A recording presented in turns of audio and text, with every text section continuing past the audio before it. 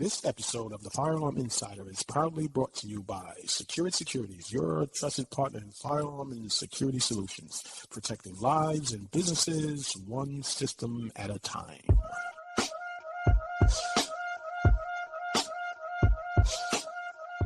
In this Firearm Blueprint Masterclass, I'm going to go over 10 steps to where you can master any firearm system that they have on the market today. So if you're ready to become a firearm expert, let's get straight into it. So here we have our presentation for an introduction to firearm systems. And by the end of this, you're going to understand the basic functions of a firearm system and its components. This is a poll station, so let's get straight into this firearm presentation.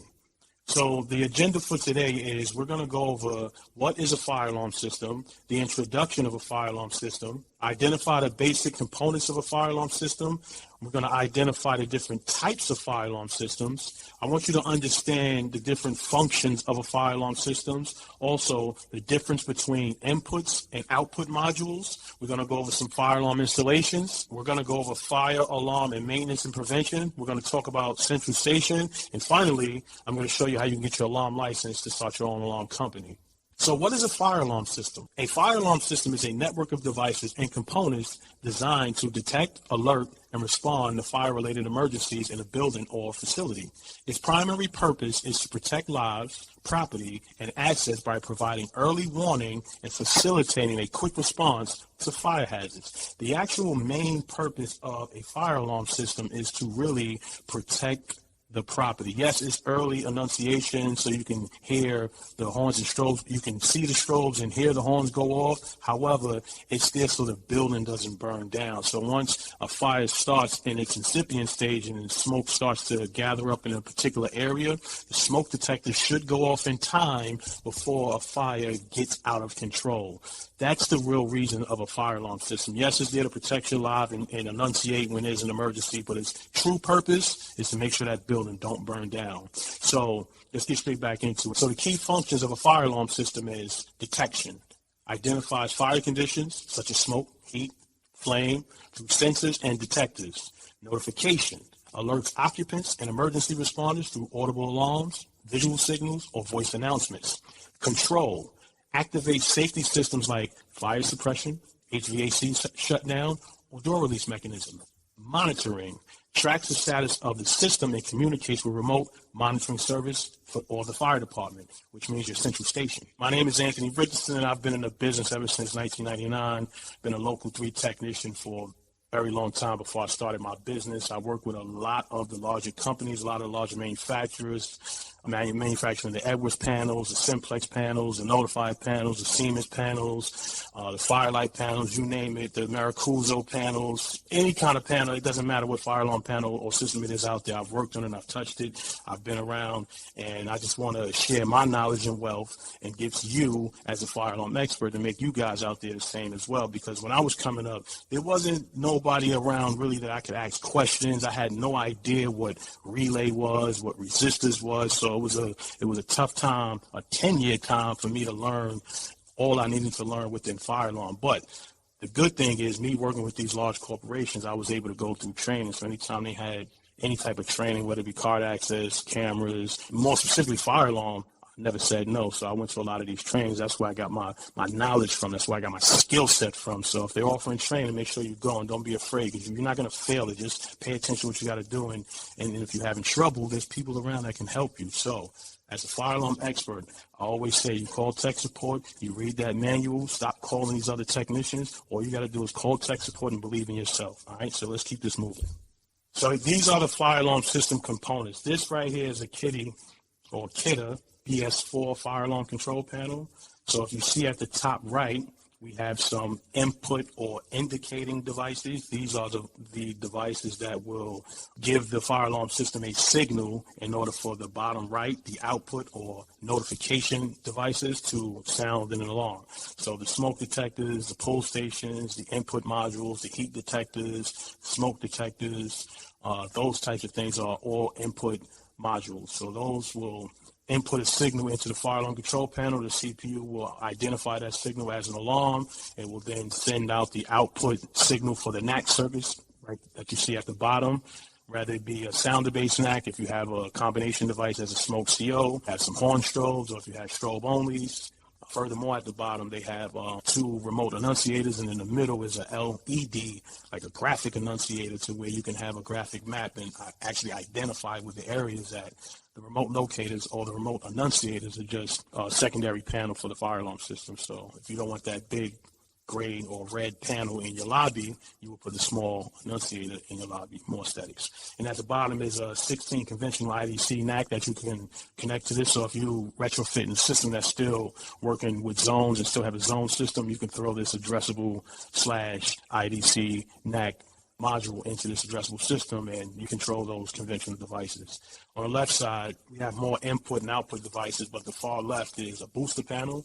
So if you need more power to drive the NAC circuits, or to drive the strobes, or to drive the horns, you will put additional power, which is a booster amplifier. So here we have fire alarm control panel inputs and outputs. A fire alarm system is an essential safety mechanism designed to detect and respond to fire emergencies by alerting building occupants and initiating emergency responses. It is a network of interconnected components that work together to ensure early detection, effective communication, and safety during potential fire hazards. So fire alarm system pretty much makes up, the far left is a fire alarm control panel. And in the middle, we have some initiating devices, like we said before, some smoke detectors, heat detectors, pull stations, and modules. And then we also have some output devices that are horn strobes, relay modules, things that's going to turn on or activate. Next, the fire alarm control panel. You will see this red. Generally will not see a gray panel, but you can use gray, but normally 99.99% of the time, it will be a red fire alarm control panel. So the fire alarm control panel, or FACP, is your main hub, is the brains of the entire system. This is where the main power supply is at. This is where the SLC circuit, or signaling line circuit, is at. These are where your NAC circuits are. This is where you can connect your remote enunciators. You have a few onboard additional relays, your 24-volt power supply. All of these things is what's connected to your fire alarm control panel. In addition to where you could do some front panel programming, not on all systems, but for this particular system, you could do front panel programming right from the display. Or if you have your laptop and 232 card, plug straight in, and you're able to make some changes. This is a typical initiating devices. If you see here on the picture screen, a lot of these smokes, heats will also look the same, but what you want to pay attention to, if you can see where my mouse is at, that's indicating of a regular smoke detector. If this was a heat detector, it wouldn't be here. The grill would be a little bit different. You will have lines on the bases to indicate a heat detector. It would be like a gray line around the kitty sign to indicate also a heat detector. So quick indications to differentiate a smoke from a heat detector is how they actually design the two different types of detectors. So now we have a smoke detector that works on obscuration. So there's a laser light or light, photo beam, whatever you want to call it, that's inside of this chamber. It's looking at a mirror. So when enough obscuration, smoke, dirt, or anything gets up in the chamber and that light becomes dim, without the sake of all the tech explanation, it's a 2% obscuration. And it depends on how much obscuration over a determined amount of time, this detector will go off. So if 50% obscuration happens over 1 or 2 seconds, then this smoke detector will go into alarm. So the more light that's blocked within inside of the chamber will highly either make your device go into maintenance alert, false alarm, or be an alarm event. Now, how heat detectors work, there are 2 types of heat detectors. We have rate of rise heat detector, which is, it starts at 195 degrees, and what rate of rise means, sort of like the obscuration level within a smoke detector, depending on how hot the temperature gets over a predetermined amount of time, that detector will go off into alarm. And then we have fixed smoke detectors that are just fixed at 135 degrees. So if you have some areas that fluctuate in heat, that go up and down with heat, a rate of rise heat detector will be ideal for that particular location, because heat is moving up and down, and if it's at a fixed rate and it goes above that heat detector will then go into alarm. You will have to replace that, because that particular heat detector is one-time use. They both are one-time use once it goes into alarm. If you're using a conventional style heat detector, the addressable heat detector will keep going into alarm. Or if it will be stuck into alarm, and you may have to replace it because it got melted and there's no way for it to clear because the contacts are shorted. Here we have input initiating devices. This right here is an MCT2 or CT1. MCT will connect to like a secondary motherboard that's out in the field. A GSA or CT1 will go right into a single gang or a double gang electrical box. These modules connect to non-intelligent devices like water flow switches or tamper switches. That's what you would use these modules for. There are other things out there that you can use input modules for, but for the most part, we connect these to sprinkler or anything that we want to monitor. It could be a fan status we want to monitor or a damper status that we want to monitor. So these are what we will put to monitor the status of operations. Now we have here a pull station. Here we have the M278 and the M270 are both pull stations, but there are two different types of technologies. The GSA M278 is a dual action pull station. What that means is it takes two steps in order for you to activate this one pull station. Where it says lift the handle, that's one step, and then you pull down, that's the second step. So now for the GSA M270s, these are what we usually use in New York City. It'll have a white stripe that'll go through it if it's connected to the central station, but we will normally use the metal one, single action pull station. You see, you don't have to pull anything up. All you have to do is just pull down, and the pull station goes directly into alarm. So you have dual action and single action pull stations. Here's a duct detector. How a duct detector works is there are two sampling tubes that are inside that connect. If you can see where my mouse is at, one tube will go here and the other tube will go here. We will mount that onto the HVAC duct unit. So if it's less than 3 feet, the sampling tube will go to the back of that duct unit, and if it's more than 36 inches, up to 5 feet, then we will have to protrude 1 or 2 inches outside of that duct unit with that whole entire sampling unit or that sampling tube.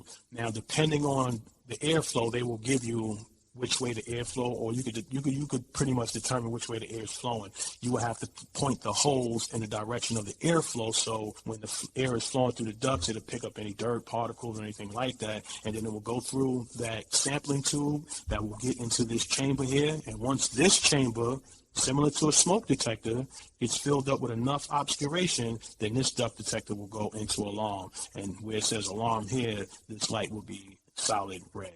So if a duct detector is an alarm, then that means this guy right here has too much dirt inside this chamber. And you can just unscrew these 4 screws, pull this right out. It's easy. You can pull it out real easy and then just clean off the grill and see if it'll reset after that. What are the different types of fire alarm systems? We have addressable systems and we have conventional systems. Now, out there in the market, there's still some conventional systems. I still even run into McCullough systems. That's the old hardwired 120 systems I used to connect directly to the fire department. So you have to be savvy even with the new stuff and also the old stuff, because you may come across a conventional system. So a conventional system just works in zones. If there's 3 zones or 4 zones on a system, each area is identified as a zone. Each device type is also identified as a zone. So all the smokes could be 30 on one zone. All the pull stations also could be 30 on one zone. So if you have an issue, you would have to start breaking down the loop to find exactly where that problem is at, or find the LED that's lit, especially if it's a smoke detector. But an addressable system gives you the exact location, the exact address of exactly where the device is located. 3rd floor, electrical closet, south wing. So you wouldn't get that with a conventional system. So here's a breakdown of a conventional alarm system. Like I said, the zones are identified by either device type or area. So we have a zone 1 for the pull stations, zone 2 for the smoke detectors, and we have the NAC circuits are not technically on it. Initiating zone is on an indicating zone. It still works as an output. So the output zone, or NAC 1 or NAC 2, whichever NAC you have it landed on, that's where your output circuits will go. In an addressable system, as you can see the wiring for the loop, it runs out to each device, and then it stops at the last device, same as the NAC circuit. The NAC circuit pretty much don't change from conventional to addressable, just how many you can put on the circuit. So some of the fire alarm output functions, we have elevator recall. So some of the ways an elevator will recall would be that smoke detector you see in front of the elevator.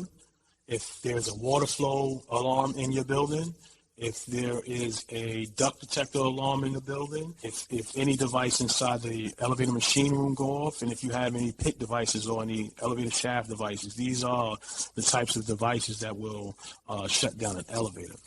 Area smoke detector, unless told by the AHJ, the authority having jurisdiction, will not recall the elevator. It will, in fact, shut the fans down, release the doors, and pressurize the stairs. However, the elevator lobby smoke detector's specific purpose is to recall the elevator. And fan shutdown happens when any area smoke detector, any area elevator lobby smoke detector will shut the fan down unless prescribed by the AHJ. But any other device type other than any automatic device type functions like elevator recall, except area smokes, fan shutdown, stair pressurization, and door release. Manual release also will release the doors, but if you do a pull station, which is a manual release, it will not start the fans, it will not pressurize the stairs or shut the fans down, or elevate or recall the elevators, but it will release the doors. So manual activation, door release. Automatic activation, it does more functions than a manual activation. So the only caveat is the elevator lobby smoke detector. That specific purpose is to bring the elevator to the first floor or an alternate floor. So this is explaining the purpose of elevator recall. Like I said before, if the elevator's on the second floor, let's say, and the fire is on the third floor, and that elevator lobby smoke detector goes off, that elevator will close and immediately go down to the first floor. And vice versa, if they have an alternate elevator recall, if the fire is on the first floor, then that elevator will either go to the second floor or to the sub-cellar or to the cellar if there's a lower floor. But generally, it's going off the first floor. Same as door release. You want door release for free egress. Door release to the stairs so you can get through the stairs and get out of the building. You want door release for that main front entry exit doors. You don't need door release for the IT room unless you wouldn't need to get into the IT room or any sensitive rooms. You wouldn't need to release those doors. You would only need to release the doors that allow free egress. Also with fan shutdown, like I said, the elevator lobby smokes will shut the fan down. Area smoke will shut the fan down. Water flow will shut the fan down. Tamper switch is a supervisory signal, so that will not shut the fan down. However, most alarm signals, I want to say most because we have pull stations and we have an ANSOL system, which an ANSOL system will shut the fans down. But a pull station in most cases will not shut the fans down. If you have CO detectors, the CO detector generally will not shut the fans down. But if the AHJ say they want the CO detector to shut the fans down, they will do that. So you want to shut the fans down to stop the circulation of smoke. And also, when it comes to stair pressurization, if there's smoke throughout the building and we want you to leave the building through the stairs, we have to pressurize the stairs. We have to get the smoke out of the stairs. So there are large exhaust fans at the top of the stairs that's actually pulling all of the smoke from the bottom floor all the way to the top out of the building, so that way we can have the stairway clear of any smoke and you're able to walk free and not coughing or feeling any of this inhalation of smoke, so that way you can get out the building as quickly as possible. That's why an evacuation plan, that's like a sidebar, evacuation plan is very, very important, not just to have, but to actually know it, to practice it, to actually know it, so that way in event of emergency, it's second nature. You're not trying to figure out what to do, it's second nature. So what are the differences between an input and an output device? An input device are components that detect a signal, fire-related condition, and sends that information to the fire alarm control panel. Like I said before, for pull station, you activate a pull station that's causing a short to the module, and then that module will then take that short and give the information as I am an alarm. So when a smoke detector goes into alarm, that obscuration inside the chamber, it will essentially short out like the module, and then the CPU will then send that information and say, hey, I am an alarm. That is what input devices do. It triggers the alarm so that way we could have output events or action events that happen after the alarm is triggered. And that's what the output devices do. Control relays, when an alarm, a specific type of alarm goes off, the control relay will activate to what? What we're going to do with the control relays? You should already know by now. We're going to open up the doors. We're going to shut down the fans. We're going to bring the elevators down, elevator recall. So when the horns and strobes, we got the horns and strobes flashing. Sometimes we may have a speaker announcement, or automated announcement, or someone physically talking through the microphones. But in most cases, it's horns and strobes, a tempo 3 type of sound. And then we have NAC output modules. These extend the NAC circuit. So if you have an additional wing in a building that you install new devices in, and the fire alarm panel is in the basement and the work is on the 14th floor, it wouldn't make sense to run a wire from the basement to the 14th floor for 4 additional horn strobes, where you could just put a NAC output module in, connect it to the addressable loop, and then from there add your 4 additional horns and strobes. So the fire alarm installation process is fairly simple. It's actually broken down into 6 steps. The first step is like the planning phase. And what the planning phase is, the engineer will then design the type of fire alarm system according to the AHJ or according to NFPA 72, the minimum requirements for that specific building or classification, or that classification type, I want to say. Then once we design the fire alarm system according to the NFPA, we then submit that to the fire department. And when we move to step 2, submitting that to the fire department, then that goes through tech management, and then it also goes through plan review. So now this person is actually looking at the plans. He's making sure, okay, this specific building type, let's say if it's retail. So if it's retail, that means it's mercantile. Okay, so now I'm looking at this specific space that's retail that I know they're going to be selling clothes. I'm going to be looking if they have adequate coverage for this specific application. And if it's good, I'll approve it with my stamp. If it's not good, I'm going to give them a rejection and then tell them why it's not good. Whatever they have to correct, maybe you need protection, maybe I want another smoke detector here, maybe use the wrong wires, whatever the case may be, the plan examiner will write down whatever the recommendations are. You, as the engineer, correct them and resubmit for approval. Once you answer your objections and you get your approval, then, and only then, you are able to start the fire alarm installation. I know out there that a lot of customers want to get their installation done right away, but you have to follow the process. You need to have a permit in order to start installing the fire alarm system, because if anything happens, then that's on you, Mr. Fire Alarm Guy. So make sure you have approved plans before you run any wire, drill any hole, or mount any conduit.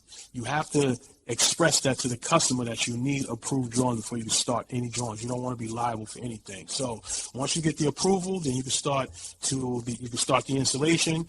Once you get the installation going, get it done.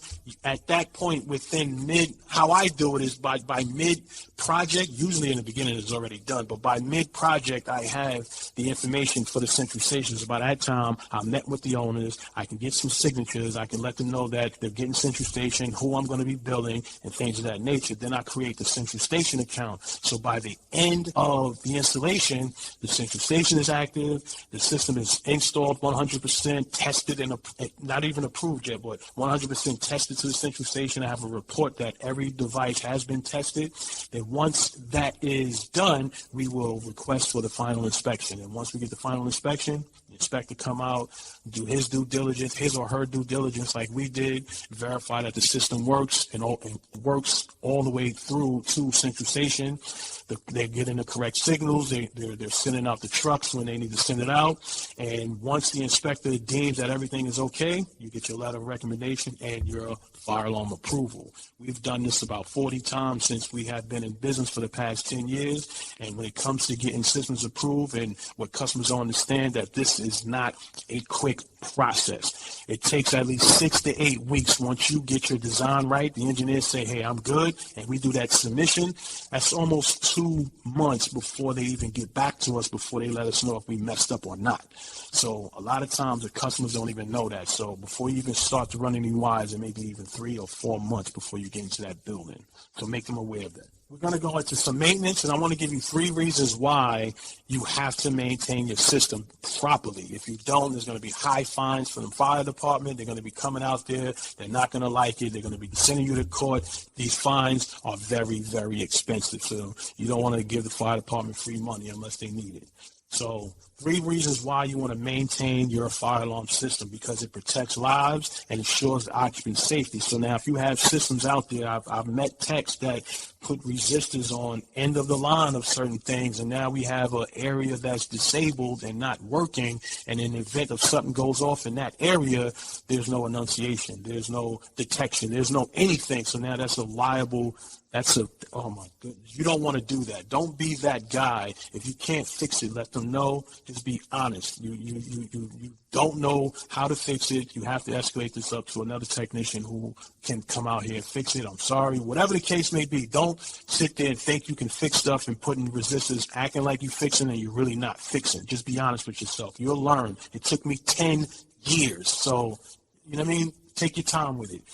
Also, when you comply with legal requirements, you get low insurance break, especially if you got a working fire alarm system, and it prevents property damages and minimize business loss. Like I said, if the detection goes off before a blaze of fire get out and the fire department get there before fire's out of control, then the property owner or manager or whomever owns that building save a lot more money from rebuilding a whole entire wing or fixing a few walls with some patch and paint. It's a big difference. So we're going to get into the Sentry Station, and I want to explain the purpose of a Sentry Station. The purpose of a Sentry Station is 24/7 monitoring. It's going to monitor the system for ground faults, open, shorts, closed, AC loss, battery loss, alarms, troubles, supervisories, loop faults, any and everything. It also gives you immediate notification, especially with the Sentry Stations we work with. You can either get email, text, they can call you. However you want the communication, you can get that. And it also enhances your safety because you have somebody that's sitting there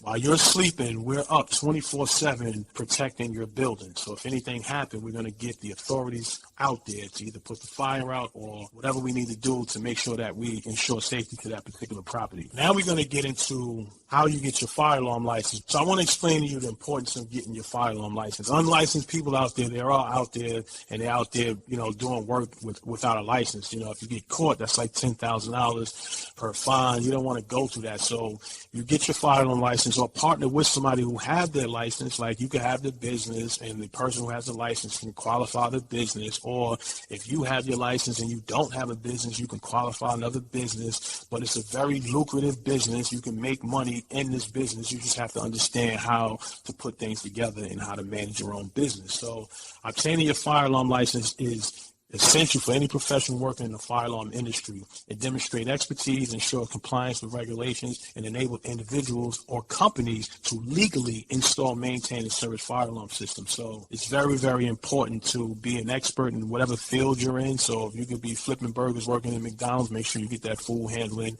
paperwork. Make sure you get whatever paperwork you need to get to show that you're an expert at whatever it is that you do. So how do you get your license? There's a few steps that you want to take, but I actually broke it down into 3. So you can start off with the Metropolitan Burglar and Fire Alarm Association. There they have an 81-hour course. It's actually like 4 weekends, Saturdays and Sundays, 10, 12 hours each day, Saturday and Sunday. So they go through fire alarm modules, card access modules, access control, safety. So they go through 5 different modules to help you prepare for the state exam. Now, the state exam that I took was downtown William Street, and I took that 15 times because of my arrogance. I thought, since I've been in the business 10 years at the time, since I've been in the business for so long, that I was good. I knew everything about fire alarm, and I could take this test with just the information, just from the 81-hour course. No, I was so naive. I really had to sit back, look in the mirror, slap myself around, study, go back to the 81-hour course, humble myself, go through that book, and that 15th time I had to take it seriously. I don't know what I was thinking about. That arrogance really is no good. It's really a no good neighbor in your life. So leave the arrogance alone. Just keep it with confidence. So once you take the state exam and you pass that, then you can submit your application along with your fingerprints. You can get your fingerprints online or go to the local PD. As long as you ain't got no background infractions, then you good money. You can just get your fingerprints, submit your application, and make your payments. And process take about 5-6 months, things like that. Even if you don't pass the test, it's going to take some time. You're going to find out right there, but then you're going to have to wait a few months before you can take the test again. But if you pass it, it take a few months, I'm going to say 5-6 months to get your actual license. And every 2 years, you got to recertify or renew. I want to go over the past 10 years of us being in business. And when I say us, I say Securus Security. So I've started Securus Securities in 2017. I want to say I started in 2013, but I went active. And what I mean by went active is I opened up my first bank account in 2017. I formed the business actually in 2013, but being afraid to actually jump off the porch and actually start your business with no know-how, no information, you don't do that. So it just took me some time to actually start my business and actually quit my job really to go full-time with the business. But since then, I've gotten myself minority certified, New York State, New York City, DBE, which is a disadvantaged business enterprise that's through the MTA. I went through the SCA Mentor Program, which is the School Construction Authority. That's where they build all the schools. That department is responsible for building all the New York City schools. So all of these programs got me into a place or gave me that little bit advantage to compete in this market that's winning by larger companies. So how these certification programs work is they say, hey, large company, you got to give 15 to 30% to minority vendors. And what makes it good for a person with a trade, an electrician, me, fire alarm technician, HVAC guy, whatever, plumber, they need those in every building. So these construction companies or even electrical companies, they search a database. And that database, I'm on that database, and they see, because I keep it updated, they see the type of projects I've done. They see the amount of money I've made with these projects. Majority of times, I don't even go through a competitive process when it comes to setting my price. How I base my price is the type of work they're doing. Like if I know it's a $60 million contract, I'm reaching. I'm not going to even hold you. I'm reaching. If they say it's too much, then that means I reach too far. If they don't say nothing, I ain't reach enough. But it still be good enough for me because it's a 5-man, 1-woman, my wife team and whatnot. So it's 5 of us, so it works out for all of us. The pays are high, everybody get high salaries, and it's good to go. So over the past 10 years, building a business up and really learning how to actually conduct business has been the most challenging thing I've ever done in my life. However, what I've learned is you don't have to have the answers. If you just start and keep moving, the answers, the questions, what you need to know, what you need to ask, start coming.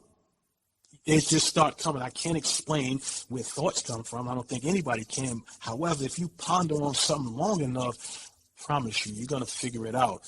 I've had my tough times, back rent, not making no money, all those things. Anything you could go through as an entrepreneur, you could survive that. Just don't quit. All right. So I want to say that's my little piece on the past decade and what we've been doing and how we've grown and the things that we've implemented into the business in order to get us where we at today. So a lot of our business come through word of mouth. And now I'm trying to put myself online to take us to the next step. So that's what I'm doing now. What I'm trying to do is consolidate the knowledge that I have, package it up in a way that I can help you do the same thing. Not in 10 years, though. That's what I'm trying to give you all the mistakes that I made. Not in 10 years. I want you to do this a whole lot faster. But the only curve in this, and if you don't have it, will be getting your fire alarm license. But everything else is still business. So you can remove the fire alarm license, take everything that I'm telling you, and just apply a different business on top of it. I also want to introduce you to the Fire Alarm Business Blueprint. Now, this is a 9-step course that's going to take you from setting up your business to getting your license, to branding yourself, to what type of insurance you need for your business, to marketing. It has credit in there. I'm talking about how I got funding and credit, how you could build your credit and get new credit and things like that. So within this course, it's going to take you from being stuck to unstuck. So even if you do fire alarm, even if you don't do fire alarm, you can sell T-shirts. You can still take this course, remove that license part out of it, and still excel within your life. So look out for the Fire Alarm Business Blueprint. We're actually building it as we speak today. I'm building out the course today. So if you're interested, just leave me a comment, or you can join the community on my Facebook group and just let me know. All right, so Fire Alarm Blueprint, this is presented by the Fire Alarm Expert. So I'm putting my knowledge, piece of paper, packaging it so that way I can help you get to where you need to go faster than what you're doing now, because I know it's tough. If you want to learn some fire alarm training, you can go to my website. I have a link there where you can go to my fire alarm training program. I'm actually, it's totally free too. So inside the firearm training, what we're going to be doing there is a lot of programming. I want to say the programming that I know, the Edwards programming, the Vista programming, the Kitty programming, the Firelight programming, IO programming. I can't get my hands on Notifier or the MXL. I would show you those as well. But if I could find some training stuff to highlight how you do certain things, I'll put that in the training things as well. I'm also going to be showing you how to install a fire alarm system, the best practices for fire alarm systems. And if you want to also learn security systems like card access, camera systems, and burglar alarm systems, I have that there as well. So fire alarm training, go to my website, look for the fire alarm training, and join up. It's free, 100% free. So if you want to follow me on social media, on Instagram, Fire Alarm Expert, Facebook, you can find me at Secure Securities. On TikTok, I'm also a fire alarm expert. You can shoot me your questions via email. You can give us a call, or you can visit our website, poke around, tell me what you like, tell me what you don't like. And if you like something on the website, you want to purchase something, you don't want to spend that money right away, hit me up, man. I'll give you a discount. I'll give you a nice discount. And if you want to purchase a camera system, we can work something out, all right? Thank you for sitting through this presentation for fire alarm systems. So now that you've watched this, you are an expert. You are better than me. You are better than a person who didn't watch this. So when you go to work the next day, you have better information. So it's definitely up to you to do better in your life. Read some more. Educate yourself some more, and I don't mean learning more math. I mean learning who you are. You have to be able to decipher who you are from the next person in order to excel in this life. So my journey's been real. It's only like the first chapter. I still have more chapters to write in this book, and I appreciate you all for listening, for watching, however you're receiving this content. And if you have any questions, you can text me, email me, hit the website, talk to the chat bot. Whatever you need to do to reach out and send your questions, I'll do my best to answer them. Appreciate you for watching. Appreciate you for listening. And I'll catch you on the next one. Peace.